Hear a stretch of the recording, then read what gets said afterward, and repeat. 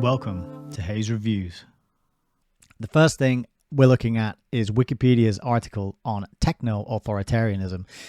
It's kind of predictable and boring, I think, in a way that I always go to Wikipedia for these preambles. Sometimes I have clips to play and various other resources and articles, but Wikipedia tells you a lot. And it's surprising how much it is admitted there and how much is written on Wikipedia that other people might dismiss as conspiracy theory.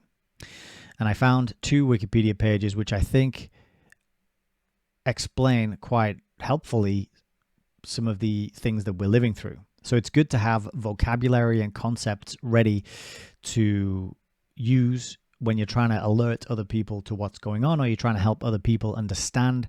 Maybe they've got questions, maybe they're wondering why things are unfolding in this way. You can pass them a little bit of your own research, your own knowledge. That becomes wisdom when you pass it on. And in this way, we can help other people comprehend and understand. But quite often, we don't even need to go to the crazy, obscure, expensive, overpriced books. We can just have ourselves a little look on Wikipedia. And that can be enough to get us going in the explanation and the helping of other people understand this kind of stuff. So, with that said, let's go over to techno-authoritarianism.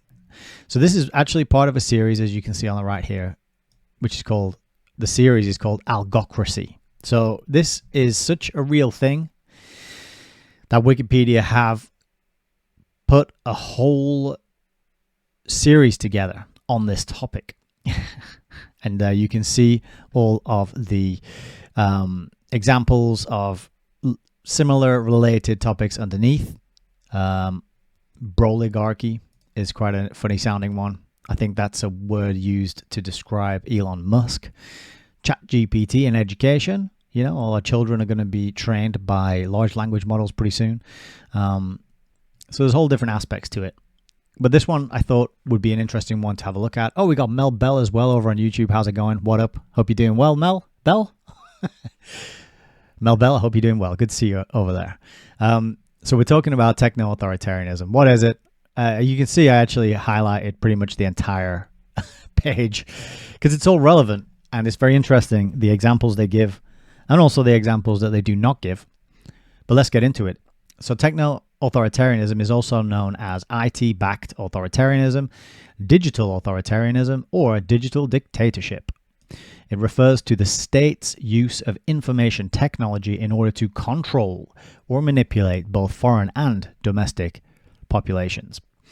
Tactics of digital authoritarianism may include mass surveillance, including through biometrics such as facial recognition. This might also include censorship, disinformation campaigns, and digital social credit systems. So it's all the stuff that I think we are aware of, at least in this audience and on this channel, but there's plenty of other YouTubers out there and content creators who are trying to draw attention to this stuff. In particular, I'm thinking of people like Ian Davies, Whitney Webb, Catherine Austin Fitts, James Corbett, Derek Bros, even wrote a book, in fact, about how to opt out of the technocracy, the technocratic world state. That's what it's called. How to opt out of the technocratic state, I think, is Derek Bros' book. So there are other people working on this and trying to raise awareness and provide solutions and ways to get out of it.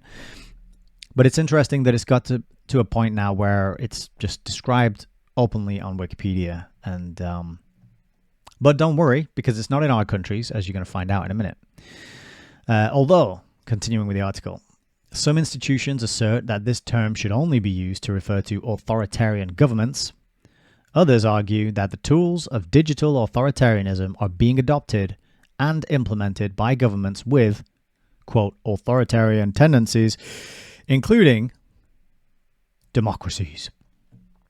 So last Friday's show had a whole preamble ramble about democracy, what it is, do we have it, where it comes from, and the different aspects of it that are often overlooked. The interesting thing that stood out to me in the Wikipedia description of democracy was that there is no agreed upon definition of democracy. So nobody knows what it is, but it's a word that people throw around all the time, and they say things like, this is extremely dangerous to our democracy. And People assume they know what it means when they hear the word, and that the person saying the word is referring to the same thing that they have in their head when they hear the word. But it's this kind of assumption which leads to people being abused, exploited, people being enslaved, really. It's deliberate confusion, and it can be cleared up by asking for people to define their terms and define the words that they're using. But in the case of democracy, even Wikipedia doesn't know what it is. But so if you think you're living in one and you think it's the best system ever created and it's such a blessing to be part of democracies, and that's why everyone in the world wants to come and live in our democracies, you got to go back and watch part four in this series. But all that said, democracies are also, according to some people, liable to fall into this techno-authoritarian way of operating. And the examples this article focuses on are China and Russia, of course. It says that they have been accused by the Brookings Institution of leveraging the internet and information technology to repress opposition domestically while undermining democracies abroad. So, of course, China and Russia, they're the bad guys. They hate us. They hate our freedom. They want to take over and force us all to live in some sort of hellish situation, because the situation we have right now is fantastic, with everything being affordable and with us all having lots of time to enjoy our lives and do whatever we want and go wherever we want to go. China and Russia, they're the bad guys, and they want to spread their badness here. And they're using techno-authoritarianism to do it. They're using it on their own people, as we're going to find out. So what's the definition of this term? Well, it is IT-backed authoritarianism.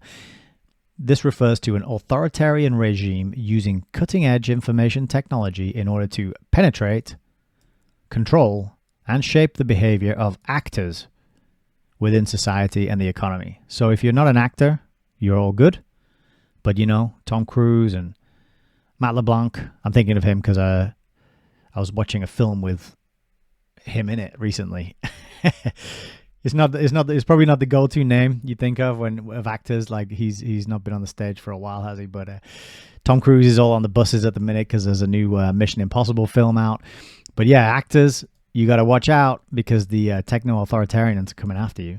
They're looking to penetrate the behavior of the actors. And I highlighted penetrate because it reminded me of good old Klaus Schwab and his predilection for penetrating the cabinets of the governments of the world. But this is what it's all about. And continuing with the definition, it says, according to reports and articles on China's practice, the basis of the digital authoritarianism is an advanced, all-encompassing, and in large parts real-time surveillance system which merges government-run systems and databases with company surveillance systems. So what you're going to see is that the government-run systems, they're the public, we're told they're the publicly funded, publicly controlled, established in service of the public. And then the company surveillance systems are the privately owned. And so you have this combination of public and private, which we know as public-private partnerships. So that ties in as well, and we've learned quite a bit about that from Joan Vion's book on the Sustainable Prince, for example, the one we read before tonight's Endgame. But China is getting up to no good with this all-encompassing real-time surveillance system. Now, what I find kind of funny about this is the suggestion that it's only China that's doing this. We all live within an all-encompassing real-time surveillance system. We carry around these devices in our pockets, which are, for the most part, always switched on, always listening in, always gathering data, always connected to the World Wide Web, the internet, the net and the web that is designed and put in place to ensnare and capture and trap prey. That's what webs do. That's why spiders build webs, to catch prey, okay? And that's why fishermen use nets to catch their prey, the fish. So we're in it. We're in a real-time surveillance system already.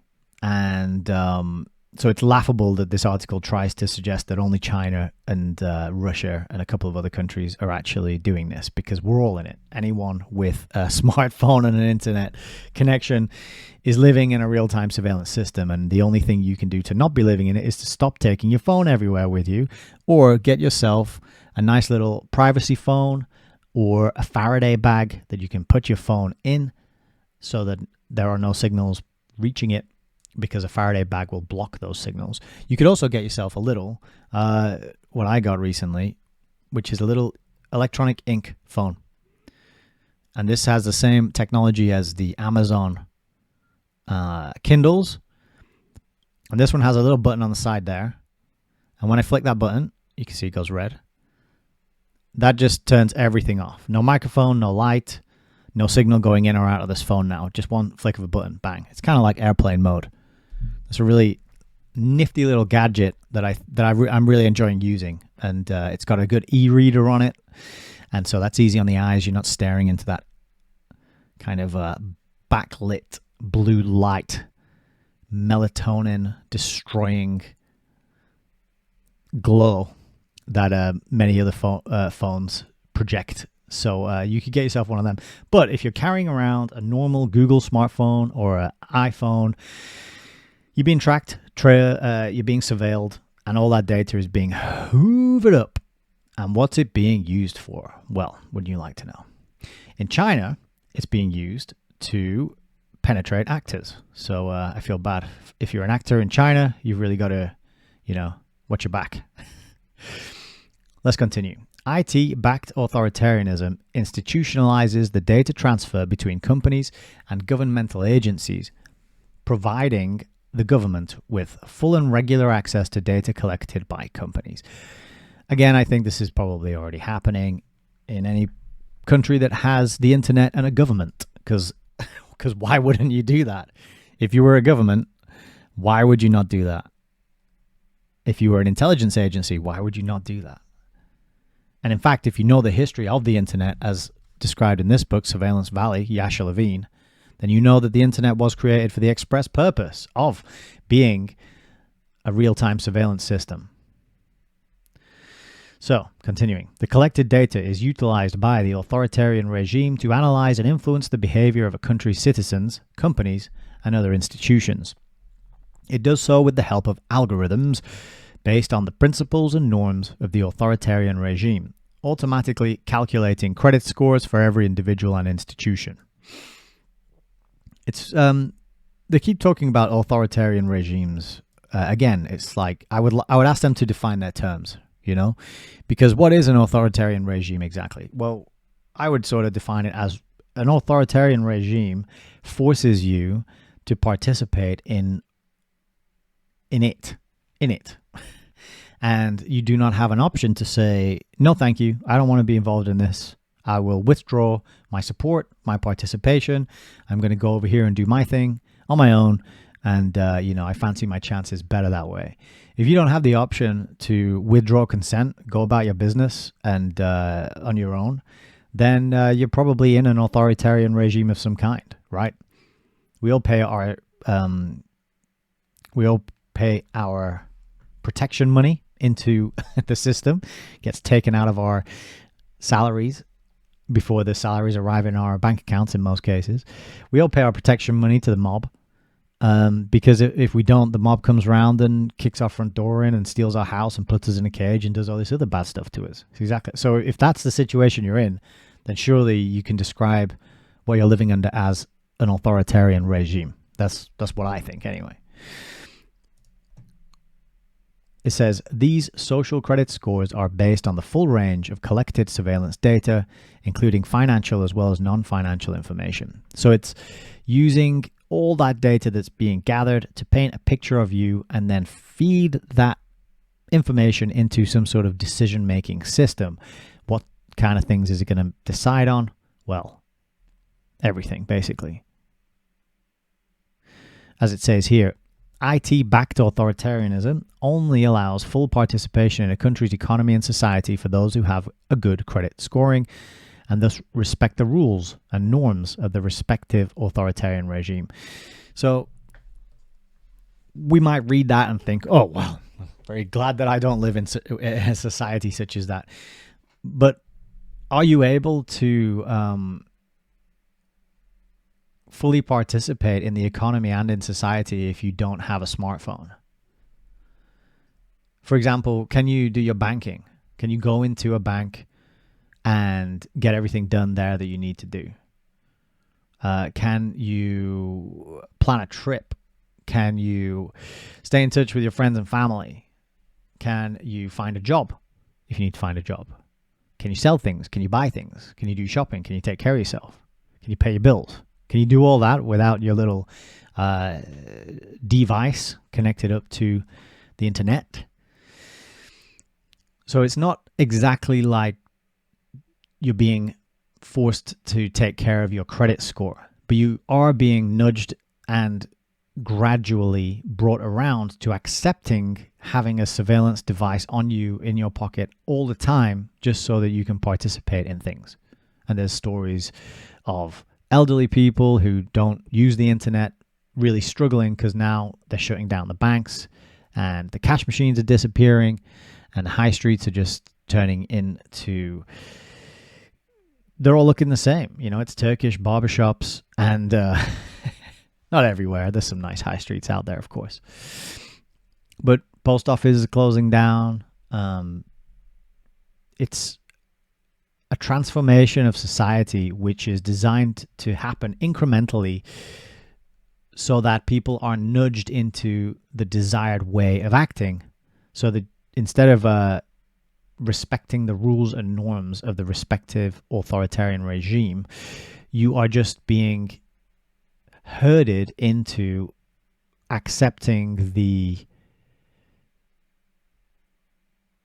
surveillance and accepting the culture of no privacy and of technocratic control and decision making in your life, right? This is what this is all about. So it's kind of happening. It's not just in China. It says behavior deviating from these norms incurs automatic punishment, which leads to economic or social disadvantages. I mean, we're pretty much there. If you don't have an email address, good luck trying to do anything. If you don't have a phone number, good luck trying to do anything. That's your automatic punishment right there. You can't buy and sell. You can't get a receipt. You can't open a bank account. You can't do anything if you don't have a phone number and an email address. What has that got to do with your human rights, having a phone number and an email address? Right? The crazy thing is that in this country right now, and I'm talking about the UK, if you don't know, that's where I am, you can sign up to the NHS without a home address, without proof of your right to be in the UK. You don't need a passport. You don't need ID. You can sign up to the NHS and take advantage of, the services that the NHS offers. Yet there's so many things that you cannot do without a phone number and an email address. So if you don't want to have those things, if you want to do it old school with just like by post, paper, letters sent to your home, or if you just want to go and do it in person, face to face with human beings, good luck, because that desire to do it that way is going to get you punished by way of exclusion from the systems that we're living in. But continuing with this article, we've got an example here, which is China. And it says China is viewed as the cutting edge and enabler of digital authoritarianism. It has exported surveillance and monitoring systems to 18 countries as of 2019. And I did want to find out what those 18 countries were.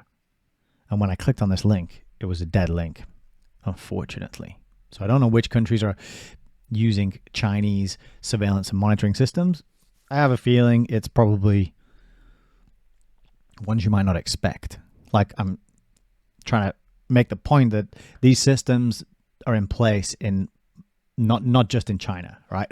There's a lot of Western so-called free democracies, capitalist countries, wealthy societies where this is being rolled out. And I think it's being rolled out as things go downhill so that there can be a kind of controlled demolition. That's kind of my theory. But the example on Wikipedia is focusing on China, and it says the China model of digital authoritarianism through internet control against those who are critical, features legislations of censorship, surveillance using AI and facial recognition. Like, that's already here, right? A lot of people use facial recognition to open their phone. So now, and in fact, I opened a Facebook account because I wanted to run ads for a business that I want to start. And I opened the account, and somebody said, you got to send a few messages before they'll let you open a business account. I said, okay, cool. So I went to a few pages and said, hi, thanks for being my friend. I wrote the same message on a couple of Facebook pages, and then my account got closed down immediately because I used the same message 3 times, I suppose, or similar message. So it thought I was a bot, shut my account down immediately, and said, if you want to reopen it, then you're going to have to make a video of your face.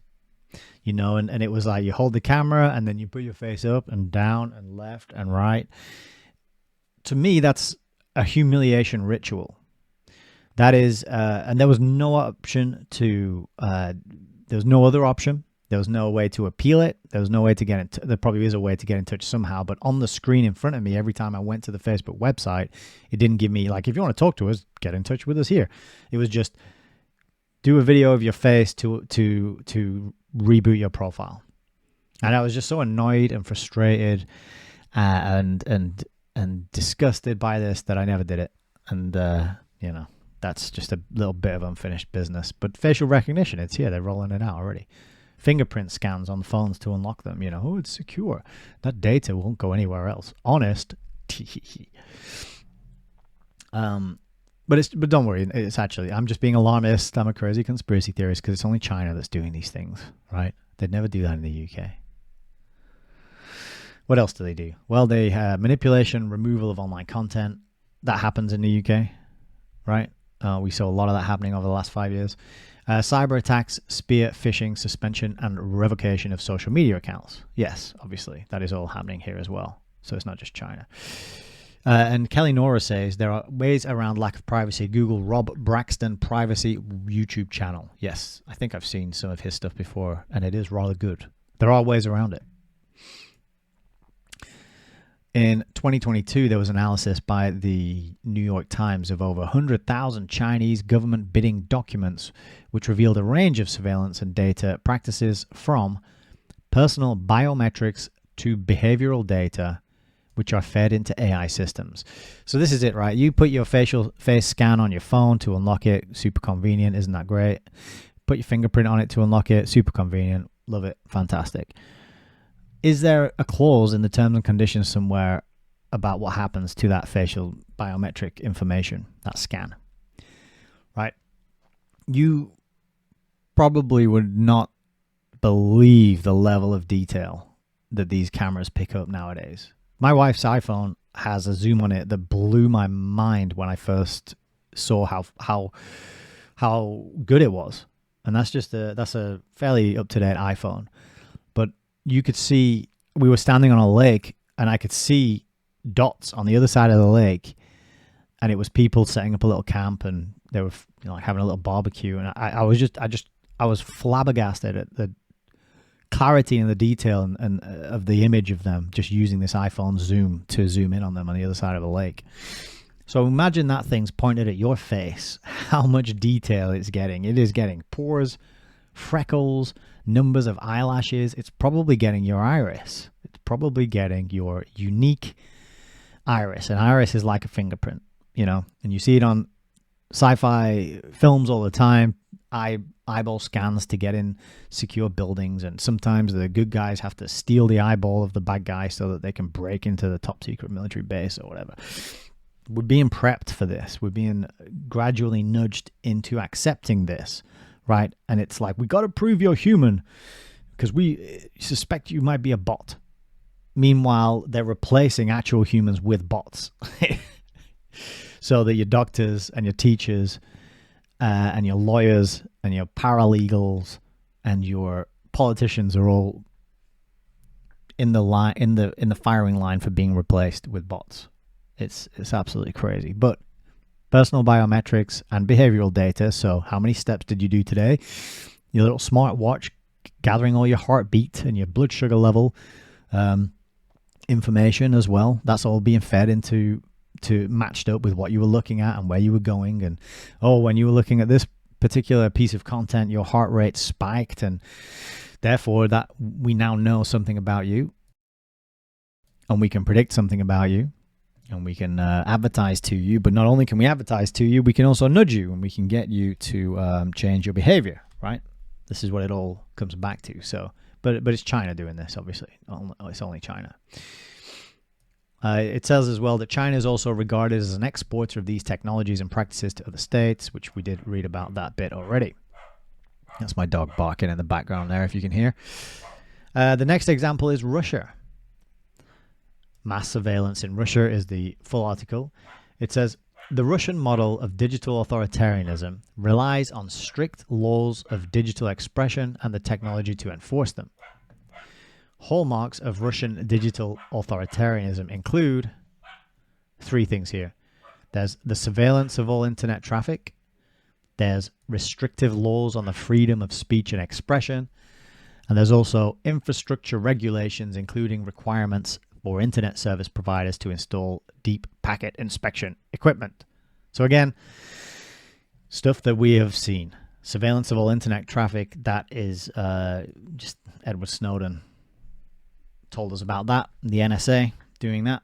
And then the restrictive laws on the freedom of speech and expression, that, you get arrested if you don't believe a certain narrative about what gender and sex are. Also, if you question certain medical interventions during big C events, you can find yourself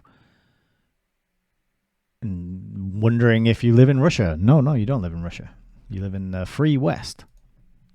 And then this requirements for ISPs to allow backdoors and data gathering on behalf of intelligence agencies, governments. Of course, this is happening too.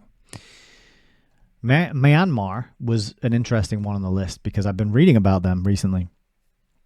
But it says on Wikipedia that since the coup d'etat in February 2021, the military junta blocked all but 1,200 websites and imposed internet shutdowns, with pro-military dominating the content on the remaining accessible websites.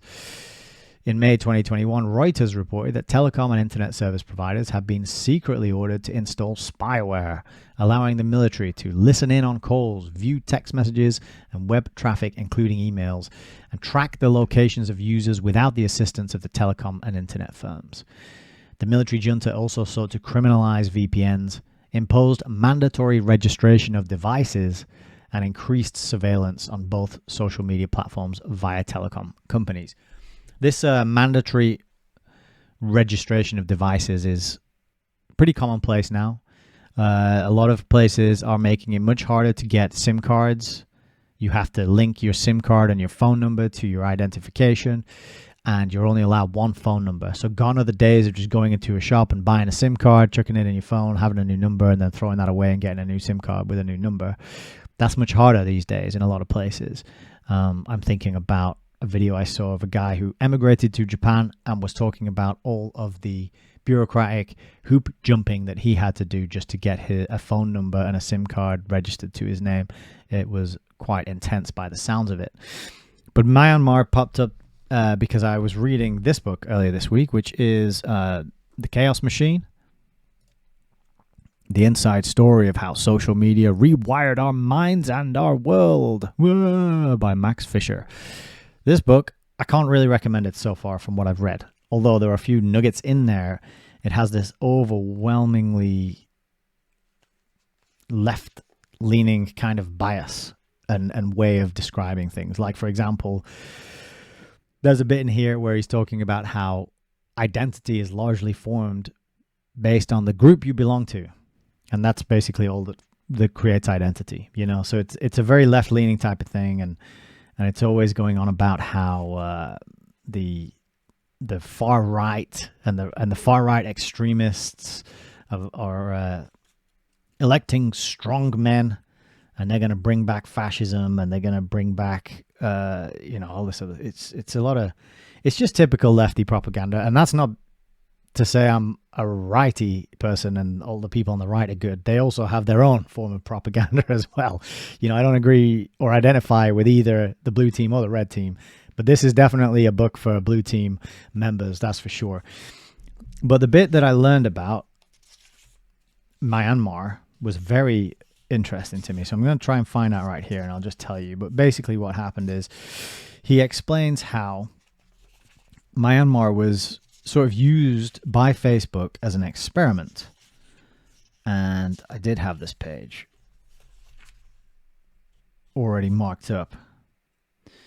And now I can't find it. That's good, isn't it? Very organized. What happened though? Here we are. So Eric Schmidt, Google's longtime CEO, he goes over to Myanmar in 2013 and he tells them the internet will make it impossible to go back. You are all in for the ride of your life right now. And boy, were they in for the ride of their life. So then the big tech companies strike a deal, Google and Facebook, they strike a deal. And they increase internet adoption rates from 0.5% to 40% in 3 years. And they do this through cheap smartphones and SIM card prices, which drop from $1,500 to $1.50. And then this bit about Facebook was very interesting. It says Facebook played a prominent role. Through deals with local companies, it arranged for smartphones to come preloaded with a stripped down Facebook app. So all phones have Facebook. This is like a massive experiment just done on a country's people, right? And of course they'll say it's for their benefit. We're trying to help people and give them access to the internet and Facebook, etc., etc. But that's not what it's about at all. So they make smartphones cheap and accessible. They make SIM cards very cheap. They preload Facebook onto all the phones. And then they subsidize the data charges because the data charges in Myanmar were prohibitively high for most people. But what Facebook and American tech companies did was called zero rating, where they subsidized the entire population by striking deals with the local carriers to waive charges for any data used via those companies' apps. Right? So if you had a smartphone in Myanmar, you could access Facebook and use it for free, essentially. You know, if you wanted to use other things, you got to pay for that data, and most people couldn't afford that. Facebook, free for everybody. Roll it out. Just give them all smartphones, get them all on Facebook. What happens next? Well, after that, there was a flooding of Facebook where people were using it and filling it with racism and conspiracies and angry talk of traitorous minorities. So the people started turning on minorities, and there was a guy called Wirathu, and he was a Buddhist monk who was imprisoned for hate-filled sermons. Anyway, he gets onto Facebook, and this messaging of this extremist was allowed to spread and spread until hundreds of people started rioting and attacking Muslim businesses and owners and killing people and wounding many more. And during this time, people were trying to get in touch with Facebook to tell them that this was happening so that they could do something about it, because it was their platform, their subsidized app that was being used to spread all this information, and they did nothing, and they just allowed it to go on and didn't step in. So that's what happened in Myanmar. That's what Facebook did there. So I'd never heard of that story before, and I didn't know that, but it didn't surprise me that a company would do this. Let's run an experiment over there. Let's see if we can, because I look at it through the lens of, let's see if we can start a riot. You know, you've got the Kaiser Chiefs song, I Predict a Riot. That was pretty big. Maybe around that time. I don't know. I can't remember when that song came out. But like, we know that Facebook is an extremely unethical company. They manipulate people. They tinker with people's news feeds in order to amplify certain emotions, whether that's sadness or fear or outrage. So that particular incident, as described in that book, sounds to me like another experiment. Can we get people out on the streets rioting and attacking each other if we just give them smartphones, give them free access to our software and manipulate them in this way. So funny, and Myanmar popping up on this list reminding me of that. And then lastly on this list of examples, we've got Africa. And it turns out that a study by the African Digital Rights Network revealed that governments in 10 African countries have employed various forms of digital authoritarianism, most common tactics being digital surveillance, disinformation, internet shutdowns, censorship legislation, and arrests for anti-government speech. Additionally, all 10 countries used internet surveillance, mobile intercept technologies, or artificial intelligence to monitor targeted individuals using specific key words. And that study was done in 2021. So even Africa is using artificial intelligence and internet surveillance and digital authoritarianism to monitor people and manipulate their behavior. Even African countries. I shouldn't say Africa. African countries. So, but don't worry. Don't worry, everybody. It's not happening to us here in the free world. Isn't that a relief?